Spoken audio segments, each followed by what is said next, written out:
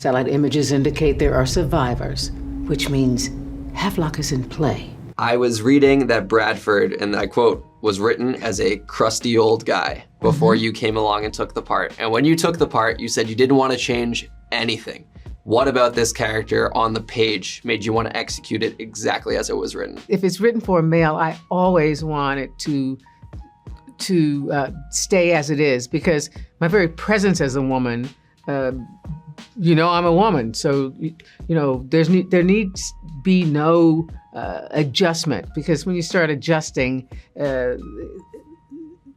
what people think about a woman and how a woman thinks, how she responds and reacts, and the way she speaks changes. And most people are not good at writing a woman well that way.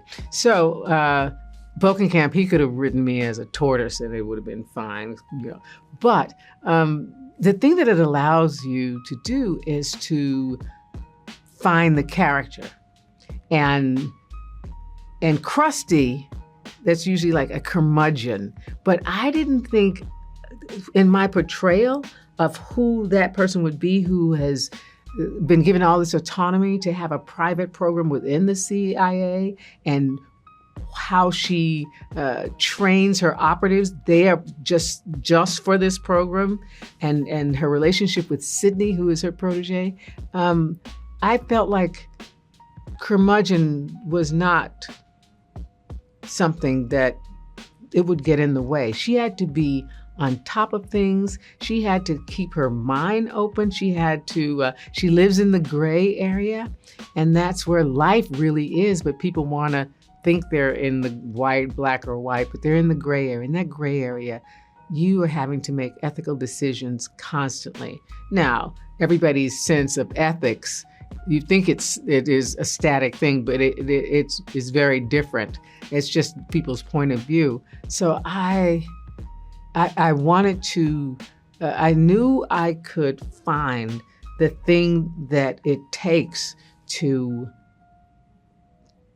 make a call, to not be sentimental, especially when everything is at stake that Bradford believes in. She believes not necessarily in the American people. You can't believe in any people. She believes in that concept, something more precious that is America, that has nothing to do with the population. The population to her exists to keep watch over the idea. Democracy, it was here before any of us discovered it, and it'll be here when we're gone.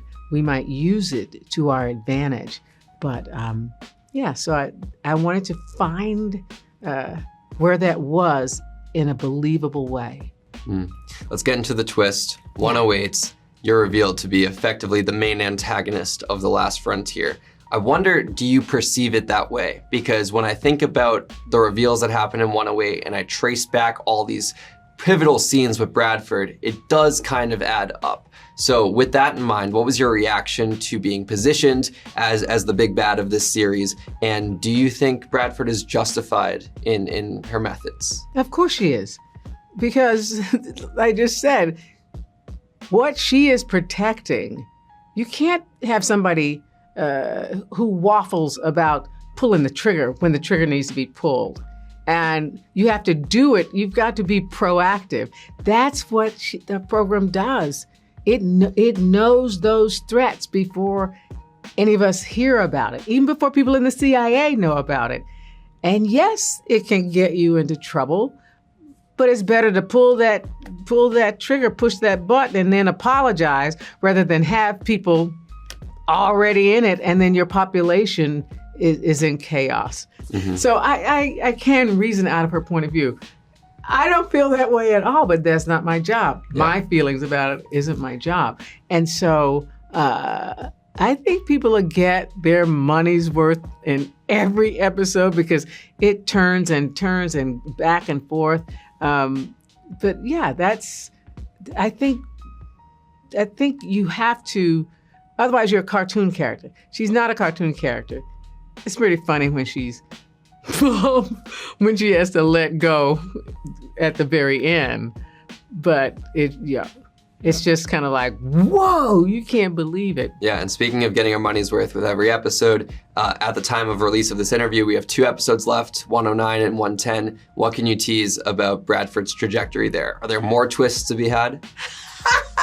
Yes, there's some kind of homages that are goofy that happen. Have you seen it all? I have not seen 109 Okay, and 110, so you're legitimately there is teeing it a up. shining homage that I loved. Okay. But okay, both Sydney, I've known her since she was young. I know, and Haley's strong, so I have to, we gotta grab each other and tussle and all. That's like tussling with a professional basketball player or somebody in the NBA. And I'm a mature woman, and it's like, oh my God. And then we have to crawl around. Yes, we had stunt people, and mine is brilliant, Cheryl Lewis. She saved me for 8 projects.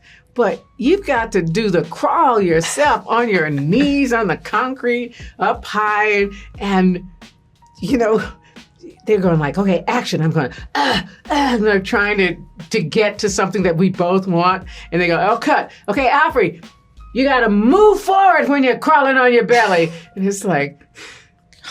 I was like, all right, got it. And so there's all of that kind of stuff that goes on, but the whole stunt team was just brilliant. Of course, Sam Hargrave is one of our executive producers, and that stunts is why the action all the way through, it is woven into the fabric of the drama, the comedy, the tender scenes, and you never know when it's going to come.